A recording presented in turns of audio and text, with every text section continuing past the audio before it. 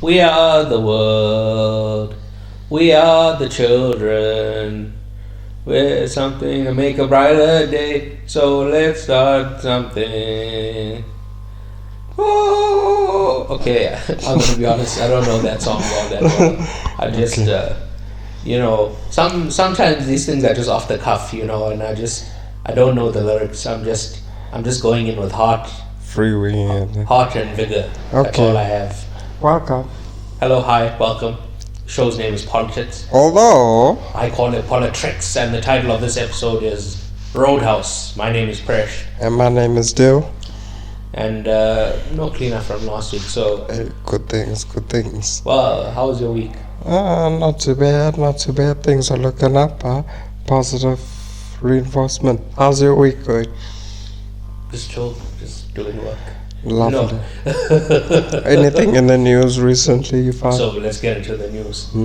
Alright, I'm reading excerpts from the Associated Press in a story by Julie Watson, Christopher Keller, Caroline Thompson, and Stephanie Dazio. Quote, police have arrested more than 2,100 people during pro-Palestinian protests at college campuses across the United States in recent weeks, sometimes using riot gear, tactical vehicles, and flashbang devices to clear tent encampments and occupy buildings.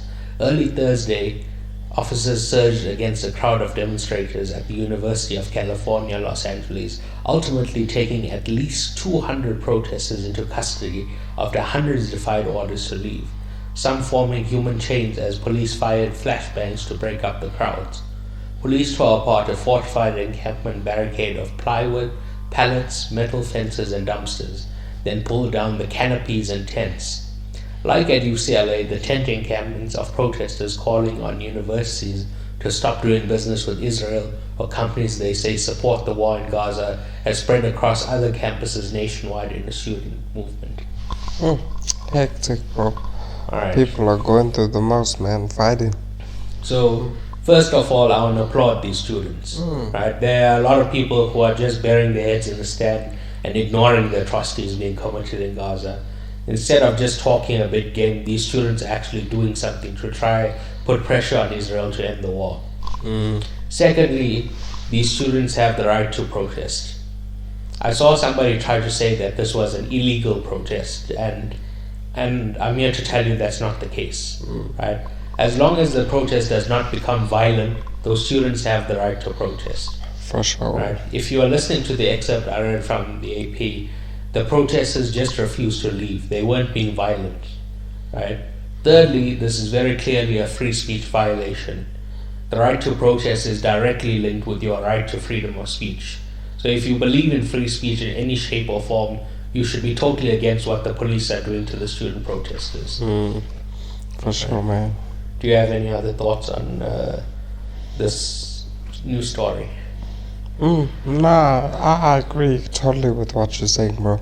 Those poor students, man, they were fighting because what they're doing is wrong in these foreign countries. But anyway, yeah. Yeah. So it kind of feels like a big handbrake turn to talk about this next story. So do you have any other news you want to mention? Not really that I can recall. So I guess we're just going to do this. You know what? The only news that I've recently came across was the news of the beef with Drake and Kendrick. Yeah, we're going to do it, right? We're going to go from students protesting the war being, dude, being I was just thinking, handbrake turn into the beef between Kendrick Lamar and Drake, which I'm pretty sure very early on in this podcast I said we shouldn't do like things that are a mess, things that are personal, whatever. There should be news about the world. But now this is personal news, bro. It's too juicy. I'm having such a great time with this beef, dude. Me too. I dig it. But I was just thinking, at some point someone's gonna have to just drop a track and say, the world is love, we are universal, we shouldn't fight, and I love you and respect you all, and I'm sorry. At some point someone's just gonna have to atone for some such sins of beefing unnecessarily, because in the grand scheme of things, this is not that serious. Yeah. That's why it's just kind of fun. It is fun. It is Although if the things being alleged in these songs are true, then it's not fun at all. That's then all of this is pretty fun. That people are being so flippant about it. But assuming that these are just like false allegations, this is a pretty fun beef. Until proven otherwise. Yes. So how many songs are we off this week? So following on coverage from the rap beef, when we last left off, Drake had dropped 2 songs back to back, Push Ups and Tailor Made. And I said that Drake is currently winning the beef. Yes. In the time since, the Tupac estate made Drake take down the Tailor Made track, and there have been 4 new tracks released. I don't want to go through each track in detail, but I do want to talk about just in general about how they made us feel. Yes. Right. So the first song that was released this week was Euphoria. And I felt that there were quite a few nice jabs, but I thought it was an underwhelming song. It didn't reveal any new information about Drake, nor did it attack old information in a new, interesting way, right? Obviously, not every diss track has to have new information. Just what's the intention, behind it? Yeah, I just didn't think that what he was talking about was attacked in a new, interesting way, right? The main thing from that song is that he questions Drake's blackness, and Kendrick revokes his N-word pass, right? I just think this is silly, right? Drake is black whether Kendrick likes it or not, right? I've also seen people try to say that it's actually about Drake co-opting black culture, and once again, Drake is black. So is he not by definition part of black culture? Either way, I was not impressed with this track. I know that Kendrick Lamar can do far better than this. So at this point, I feel like Drake is still winning the beef. I have it as 1-0 to beef. I mean, 1-0 to Drake. 1-0 to Drake, indeed. 1-0 to Drake in the beef. Right? But I definitely agree with what you're saying. In terms of your... when you're born, you just happen to be whatever race you're born as. You can't change it, you can't opt out, you can't, vote against it, you can't help where you're raised, so some of these things are out of your control, and people should stop hating on you because it's out of your control. So, let's see, what other sort of disses are coming through? Yeah, but yeah, just again, dissing somebody because of their identity, I think, is just very cringe. But I understand if other people enjoy that or whatever, right? The next track released was 616 in LA, right? I don't think I heard this one. Not. What the hell? Why didn't we listen to it before? I just forgot to mention. I'm sorry. We'll listen to this now. Let's just pause the podcast. Jesus Christ. Yes. And we are back. Testing, 1, 2. No. We've already done the test. Okay. What's your first reaction? On 616 in LA? Yes. I'm to be honest, I didn't find the song, so appealing because it didn't drop as a song, I don't like to just follow things on Twitter and social media. So even there was a time when Drake was dropping some music and it was leaking through. So if something's leaking, It didn't leak. This is not a leak. That's he the just thing. intentionally only released it on Instagram for some reason. Unclear why, but he only that was a choice. It's not. It wasn't a leak. Okay, I understand. But the song itself is pretty dope. He's got some dope bars. Not too bad. What would you reckon about it? So obviously it's playing off Drake's series of songs titled that way, 5 a.m. in Toronto. I can't remember the song actually, but you get what I'm saying. He has those series of songs. The two main things from this are that Drake paid $500,000 for dirt on Kendrick and nothing turned up because Kendrick is a stand-up guy. Which is funny because the same thing happened to Pusha T in the beef with him, right? Drake offered money for dirt on Push and nothing came up. The second thing is that Kendrick apparently has a mole, or perhaps several moles in Drake's camp, who are some of his closest friends, but they actually despise him, right? That's a heavy punch and much better than the first track, Euphoria, right? This is at minimum what I was expecting from Kendrick, right? I have the battle at 1-1 after For sure. 6-16 in LA, right? It's a very good punch. It's not a knockout blow, but a very satisfactory reply, right? And then, what does Drake respond with? So, El Drake. that same day in America, but it happened overnight for us here, Drake releases Family Matters. The first half of the track is aimed at all the rappers that have dissed Drake recently. So Rick Ross, ASAP Rocky, Future, and Metro Boomin. Even though Metro Boomin is not a rapper. But yes, but he's a producer. He's a part of this beef. He actually probably instigated all of this. It was on his track where they he made like that, right? So the second half of the track is aimed at Kendrick's family. He speaks about Kendrick's uncle, father, and wife, and accuses Kendrick of abusing his wife, which Kendrick has not addressed. That's pretty fucked up if he's been abusing his wife. So Drake is not the only one that's a sicko in this situation. If this guy is beating his wife, everybody's fucked up. Yes, I hope there's some repercussions or something that happens. If this is true. So yeah, this is a great diss. Unfortunately, I heard the next song before I heard this, and in relation to the next song, Family Matters is very weak, right? So the next song is Meet the Grams. Look, if you heard it in the direction, like in the order, because I heard Family Matters after this, and I thought, this is pretty good, I could give Drake a full point for that, because he addressed everybody, and like I said, it was a nice 7-minute song. There were 3 different flows, so it had a good feel to it for me. Fair enough. I could agree with you, because we listened to it just now before we started recording, and I thought, this track kind of goes. It's just because the one that came after was such a just a direct headshot. Hey, meet the grams, bro. I was too excited to listen to Family Matters with the objective mind, right? Before the Family Matters, we gotta meet the grams. So I don't mind saying Drake was 2-1 up after Family Matters.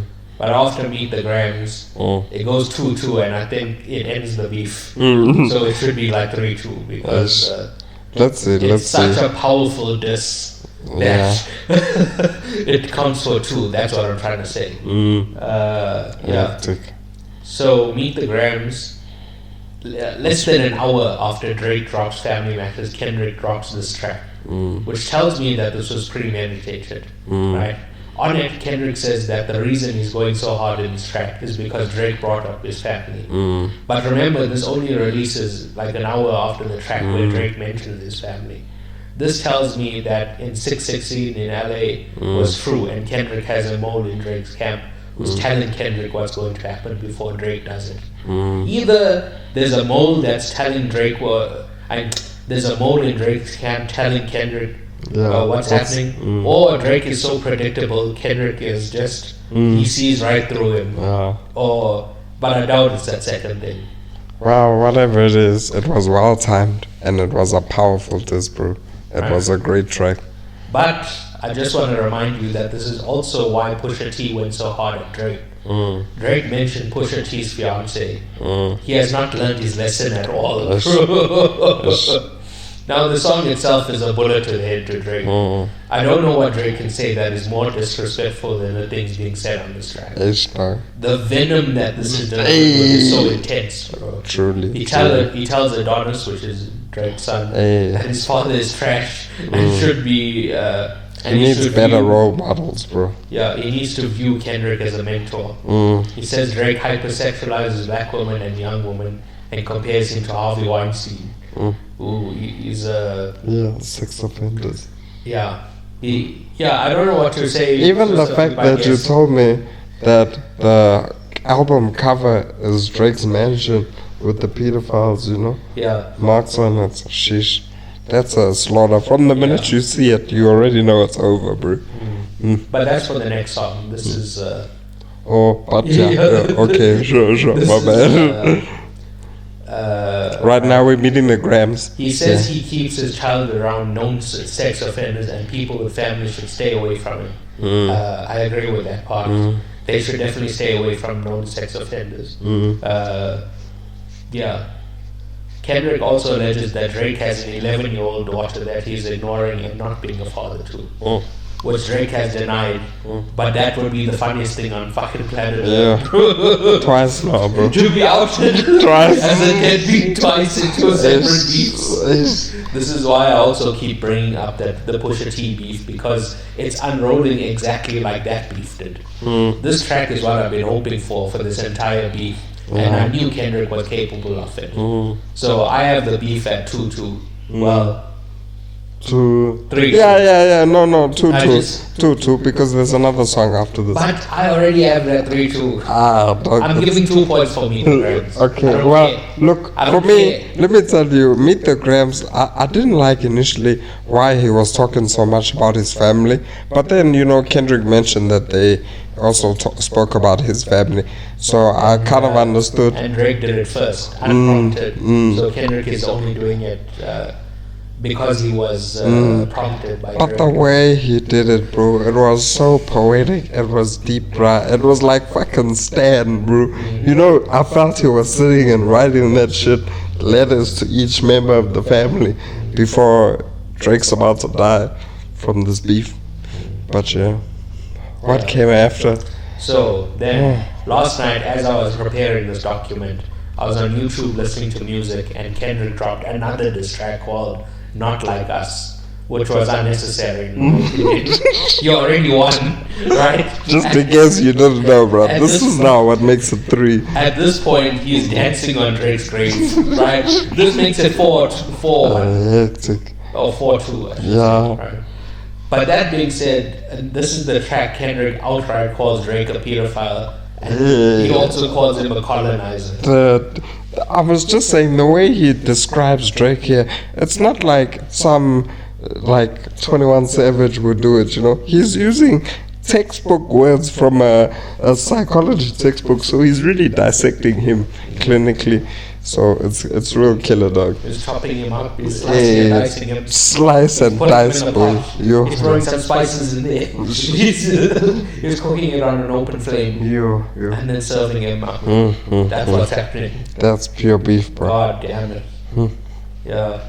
So I'm having a ball. But look, let's not rejoice too much in someone else's pain and downfall. We don't know what's happening with Drake, and we don't know what's happening with J. Cole. To be honest, we don't know what's happening in anyone's life. So, okay, and Kendrick, whatever. But just this is in general. With J. Cole fans. Bring him up at any opportunity. Fuck him, man. Listen, bro. Which he's gonna say something. I'm very sure of it. I'm very sure he's gonna be the one who's gonna break up this beef. Nobody cares what this guy has to say. Don't tell me about J. Cole. Sure. You dropped out of the beef. Now, shut your mouth. Speaking of famous people who are doing some acting, I was surprised to see Conor McGregor has pulled up in this movie. Yeah. So let's get into the context for this movie. Tell me. So this is a remake of the 1989 movie of the same name, starring Patrick Swayze, which I had never heard of until they announced that they were doing a remake of it, which is that's the cool. movie we're covering now. So this week I watched the original before I watched this one, and I'll give my full thoughts about the original in the recommendation section. Okay. Just a little bit of a teaser there. I can't just say everything, That's what I think. I can't, don't give it all away at once. Don't give it all away. Sure. Just a bit of a taste, and then Taste. a taste. Tiger should jump in on this beef too. Tiger. Hey, shit. Hey. Another totally irrelevant person. Right. This movie is directed by Doug Liman, and he has a bit of a bizarre filmography. Right? Among others, he directed Swingers. Have you seen Swingers? I think I might have. Like, it seems an old... It's from 1996 with Vince Vaughn and Jon Favreau. They go to Las Vegas. Okay, maybe. I might have a long time But ago. it's like a comedy, right? A dark comedy. Then he makes The Bourne Identity, which is like a real action. Yeah, like a tense spy thriller, right? Then he makes Mr. and Mrs. Smith, which is like more spy shit. It's more destruction. But it's more like a romantic comedy, even though there is spy and action stuff. It's more of a romantic comedy. And then he makes Edge of Tomorrow, which is just like a hard sci-fi. Yeah. There is a bit of a romance in it, but it's mainly about just the action and the violence and big CGI stuff. So he doesn't have like a... But he also, throughout the years, he got big names. Vince Vaughn, Matt Damon, Brangelina, Tom Cruise. So, he's working hard with these people. It's pretty good movies. Yeah. But what I'm trying to say is that he doesn't have a visible directing style that we can say, oh, that's a Liman joint, Have you ever heard of somebody going, oh, that's a Liman movie? A Spike Lee joint. Yeah, you've heard of a Spike Lee joint, but you will never hear somebody go, oh, that's a Liman joint. I feel you. Yeah, right. Lastly, there was a little bit of controversy with the release of this movie. Amazon decided to not give this movie a theater release, and the director Doug Liman wrote a guest article for Deadline where he criticized Amazon for this and announced that he was going to boycott the premiere of the movie at the festival South by Southwest. And I was in total agreement with him. Unfortunately, he chickened out and decided to go to the premiere anyway, so... They must have paid him off. Now I look like a fucking idiot. I was there, backing this guy up, and then he went to... He chickened out. Yeah. Shame. So... Shame. Anyway, my thoughts on the movie. Tell me. So after watching the original, I had a great thought. The original Roadhouse is actually a secret western. Well, that's what that girl in that bookstore was saying. Yes, I'm getting to that, right? That's great. It's a classic story of a new sheriff or just some sort of good guy coming into town to drive out the bad people and restore morality in the town. And I thought that I would come here and present it as a good bit of analysis. But in this movie, they outright tell you it's a western, which just, it fucked me up, bro. I had it all written down already. I had it like, ooh, this is going to be a western. Blah, blah, blah. Let me talk about it. And then they said, this is the way. Just like, I feel like I just did that to you now. Yes. So that's what they kind of do in the movie. So many people are against me. Right. But yes, I love a western. What's your experience with westerns? Not too much, but the way this movie was done, I think it was pretty good and enjoyable. So I enjoyed this style of a western, It's a western but with MMA. The original Roadhouse was, it's a western but with karate. Oh, is it? Yes. Ah, nice. Wow, they can make another Roadhouse with judo or something.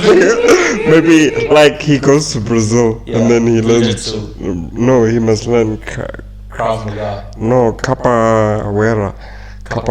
Yeah, that dance fighting. Oh. Yeah. Anyway. Yes, but I thought the handheld camera and the long takes for the fight are very stylistic, and I enjoyed it a lot. Where they it kind of feels like you're in the action, like you moving in between people, and it feels very kinetic. I feel you. How did you feel about those quick camera movements and being in a handheld fashion? I enjoyed it. I don't like it too much, the handheld one especially, but it does feel nice to especially in fights, when someone's getting beat up. When it looks like and it feels like you also finna get beat up, then it makes a good effect. I didn't enjoy the humor in this movie, especially when Jake Gyllenhaal makes quips while he's beating people up. It gives an uneven tone to the movie, right? But don't get me wrong, we just watched Dune 2, which had humor and it was a serious movie. The issue isn't the humor, the issue is that the humor doesn't blend well with the rest of the movie. I didn't laugh once and actually found myself cringing a lot throughout the movie. Oh, really? I don't think it was too bad, some of the humor, but it is a more serious movie, and I see why it's hard to make good humor of it. But I think just from the beginning, when he was telling those guys and he took them outside and he's like, you guys got good medical insurance, and he whipped their asses, and then they were all in the car, driving to to the hospital. So just from that scene alone, it set like a good positive undertone to his character. Then I didn't really need to see humor too much after that. I hated that scene. Really? Yes. I was like, this is hilarious, because he asked them so nicely, and they were adamant that they wanted to fight. What else could he have done? He could have been like, okay, I see you want to fight, let's fight, bang, bang, bang. And then? What, he was just gonna leave them there? That's them. indecent, Fuck bro. them. That's what the owner was saying. So he went against the owner in order to do the decent thing, And in the end, it kind of helped, because that guy who's got a big mouth, one of the bad guys who broke his arm, he just asked him nicely, and that guy spilled everything. He told him where to go, where to find him, no problem. I also didn't like the acting in this movie. Yeah, okay. I liked Jake a little bit, but like I said, I didn't enjoy his jokes. But his love interest, played by Daniela Melchior, I understand English is not her first language, but she's not a great actress.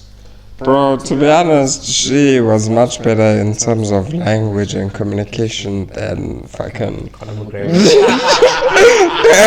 The entire time I was like, I like the way this guy's walking, everything about him. He's got a great presence, but he must just keep quiet, because I have no idea what the fuck he's saying. I was gonna get to him, but he is the worst character in this movie. Not character. Well, he is the worst character, but he's also the worst actor in this movie. Crazy. You can't hear what he's saying. He's just... I like how erratic he is, and he just goes off on a woman, does whatever he wants. So clearly there's something wrong with him. But yes, there's just no character though. I understand what you're saying. Yeah, he's like a wild card. But I just don't like that. It's I prefer, to me, what makes a movie is the characters, right? And I understand what you're saying, but we have to imagine him being a wild card.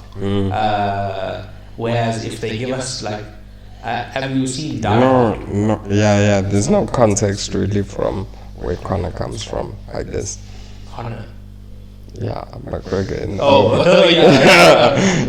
He just gets called up. Yeah, they just call him up randomly. So it is a bit of an odd... It's like we don't know what his credentials are. He just burns down a place. I think if he came in as a second villain, and then there was a final boss afterwards that we knew about, that would have been better. Because the thing, earlier in the movie, there was a guy who seemed like the main lackey, right? So like you were saying, that there's the lackey in the beginning, Connor's the second guy, and then a final boss. Or, because that first guy feels out too of place. Easy. Yeah, it's it should be like a bossish character, who stands up to him a little bit, but then eventually Jake beats him up. Then Connor, they have a deep battle, but eventually our hero wins, and then the final battle they fight to a stalemate, and then eventually just but the last little bit of strength he has, Jake wins. Well, that's kind of what happened with Connor, you know, but it felt strange because we didn't know the character like that. So I understand it from that perspective too. He was a very oddball. So some of the characters were not the best either, but at least they got the father and the daughter to kind of match up nicely. I like that when there is a matching, you know, set. So I can Who's the understand. father and the daughter? Who? The father is the sheriff. He's also got a somewhat thick accent, you know. Okay, yeah. So that's why I can Big dick. understand. Yeah, big dick. That's right. So. Alright. Who I did like was Billy Magnuson, who's the villain. I forget. The his kid. name. Yeah. Oh my His dad god. is in prison. That fucking kid is the worst, bro. Yeah. I hate him. I'm not talking about the character, I'm talking about the acting. Yeah. You hate him because he's the bad guy, he's eliciting that Yeah. emotion from you. You know, I really enjoyed his performance in this movie. Right? He's the only guy I was like, alright. He's a dick, bro. Yeah. But you can feel his energy is coming. Alright. Once again, Conor McGregor is awful. I need to underline that point. Right. For sure. But going back to, we were speaking about Danielle and Melchior. I felt that their romance was just too rushed. And that there wasn't that much chemistry between them. Well, I guess now that you mention all of these things, it makes sense in a Western sort of style because you said this from the beginning. And we all said it's a Western.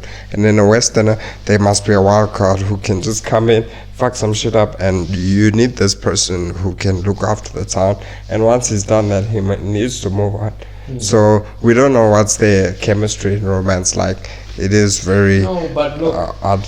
I watched the original Roadhouse, and that movie is so hot. They like, oh my god, it makes you want to touch yourself. And then Right? what happens at the end with their relationship? I can't remember. I'm joking. They probably get together. I don't know.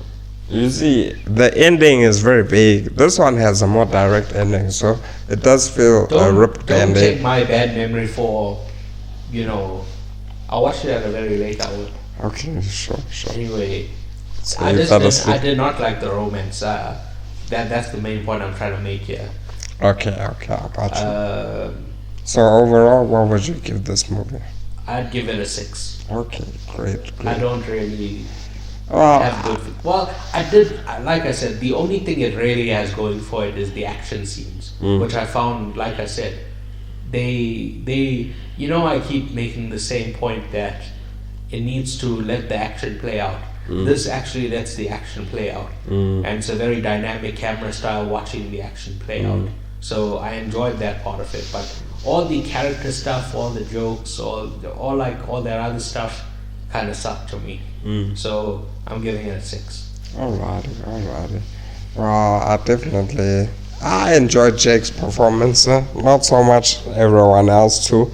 So I give it a 7, you know, just because it was a fun movie and I wouldn't mind watching it again. Yeah, like I wouldn't choose to watch it. Yeah, but yeah. If it was just came on and I was with somebody else, I would watch it. That's what I'm saying. I wouldn't Alright, mind, I'm you know, just, watching it. I wouldn't force you to watch it, but I wouldn't mind, you know, if it was on. And tell me any recommendations. Right. So last week I was speaking about Miyazaki and how The Wind Rises is in my top 5 movies. Right. This week I watched The Boy and the Heron, which came out in December of last year, but it only got a South African release this month. So I went to Eastgate to watch it, and unfortunately this movie was a bit of a letdown in comparison to his earlier work, like The Wind Rises and Spirited Away. Right. I still thought it was a beautiful movie because of the hand-drawn animation, but I felt the story was poorly paced and too caught up in its metaphors that the movie became a bit muddled. Right. I gave it an 8. Okay. I was pretty good. somewhere between an 8 and a 9, and I just kind of leaned towards an 8. But it is a good movie. It's a great movie. I'm just saying in comparison to him, it's not his best work. Yes, sorry I interrupted you. No, it's okay. Sounds pretty good. Alright. Then, following on from Civil War last week, I rewatched Alex Garland's 2020 miniseries, Devs. Right, so you said you were gonna rewatch it. yeah. Oh. Like I said, it's only like 6 episodes. It just goes by like a clip. Right, it's like all of Alex Garland's work. It's extremely beautiful and thought-provoking. But the ending is a little bit silly. So I give it a 9. Okay. Then the Star Wars show The Bad Batch ended this week. And it was a bit of a disappointment. I felt like they set up a few things that never got paid off and introduced some things that were left out, like they came out of left field in the finale.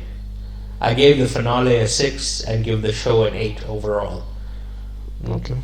I know you. The way you talk about like the show, it seems like it's gonna be a low rating, but then you say these high numbers like 9 and 8, and I'm just so like 9 confused. and 8. Yeah, because you said this is Alex, but the ending is silly, so you gave it a 9. Yeah. You know, Like- just the way like you delivering the news, it's a little bit confusing to me. But I hear what you're saying.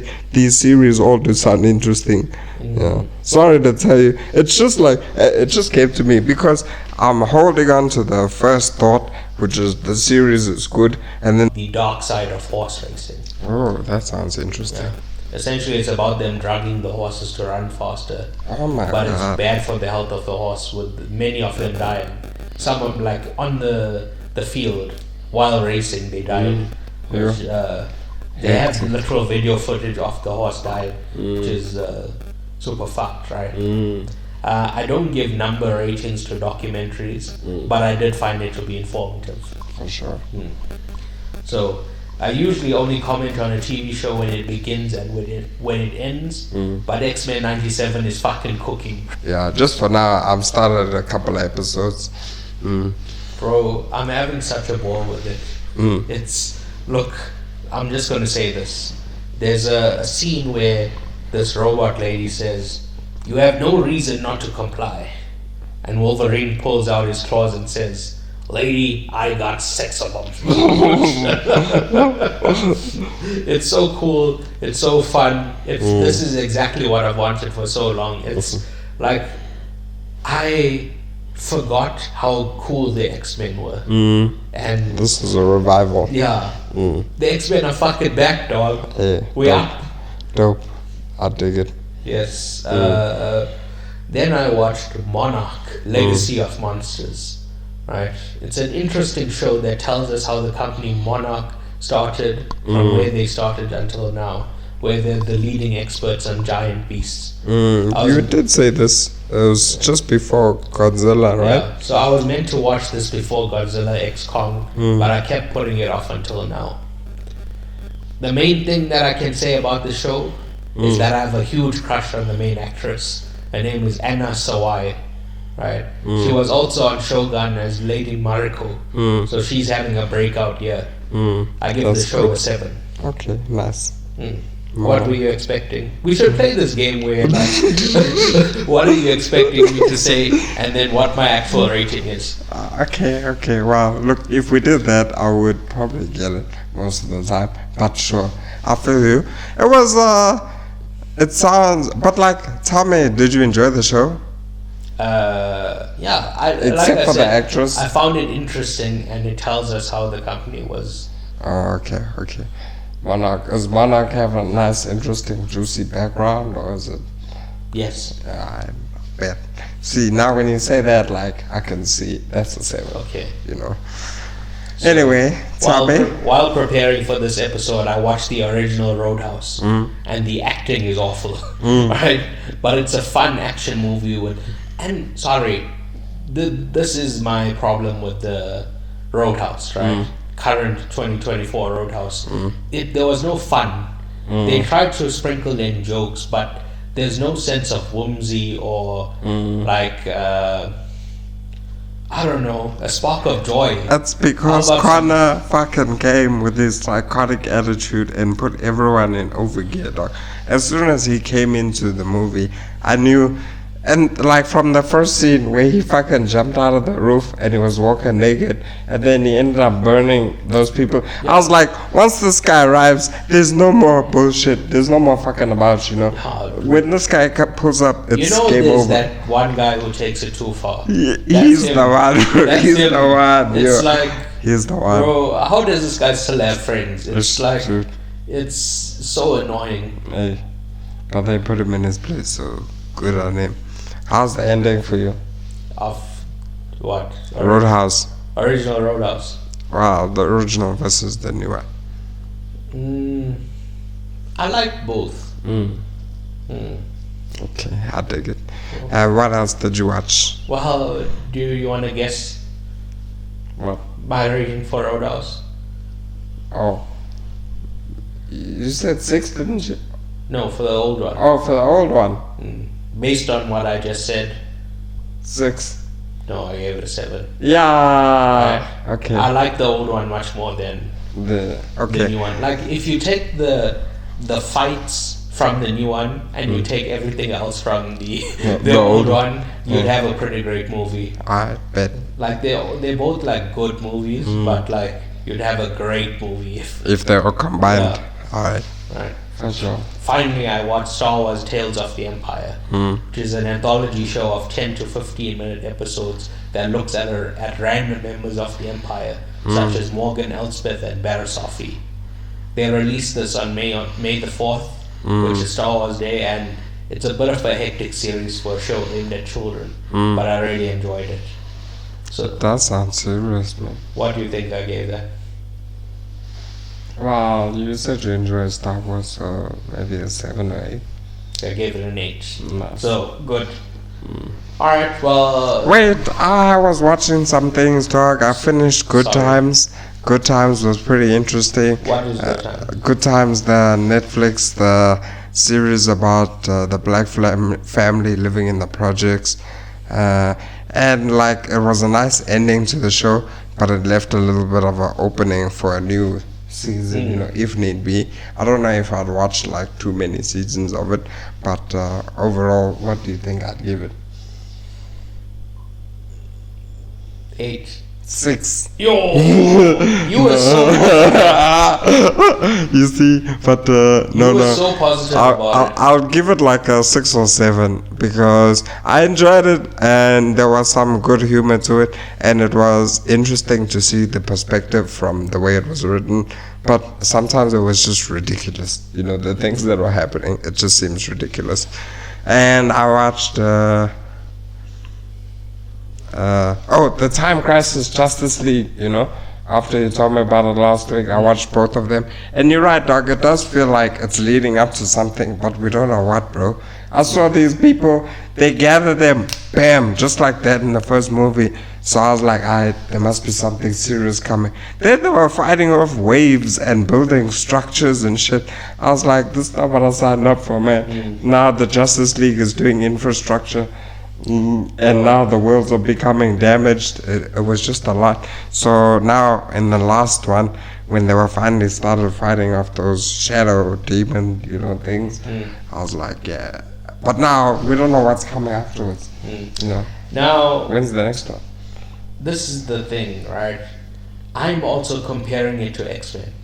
So I'm like, this movie is trash on its own terms, but in comparison to what's coming out around it, it's it's not looking good for the DC. For sure.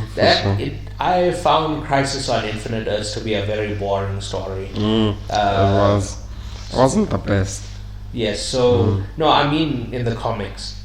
So I didn't think that a movie version would be good at all, and I was right. Sorry to be right. Which comic book series do you think would make an awesome movie? If they did a real Flashpoint. Paradox. Yeah. You know when we see like Aquaman and Wonder Woman, their tribes fighting. The Atlanteans from the ocean and the tribes of Themyscira from the Amazonians. The Amazonians, yes. That would be dope. A full-out war between them while... Yes.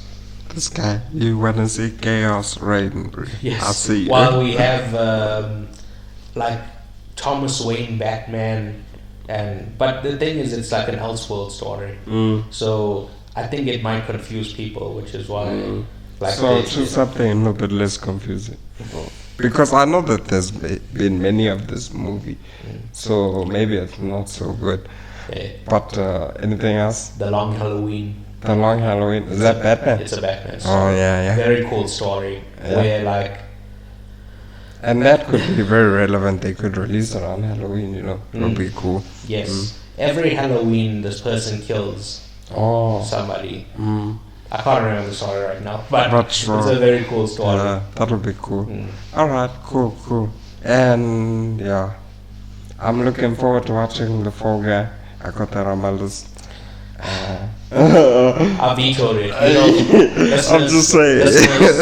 My co-host tried to do The Fall Guy this week, and I immediately vetoed. That movie looks like dog shit. Okay. I'll watch it and I'll tell you how it is, because you are not right to judge a movie by its cover.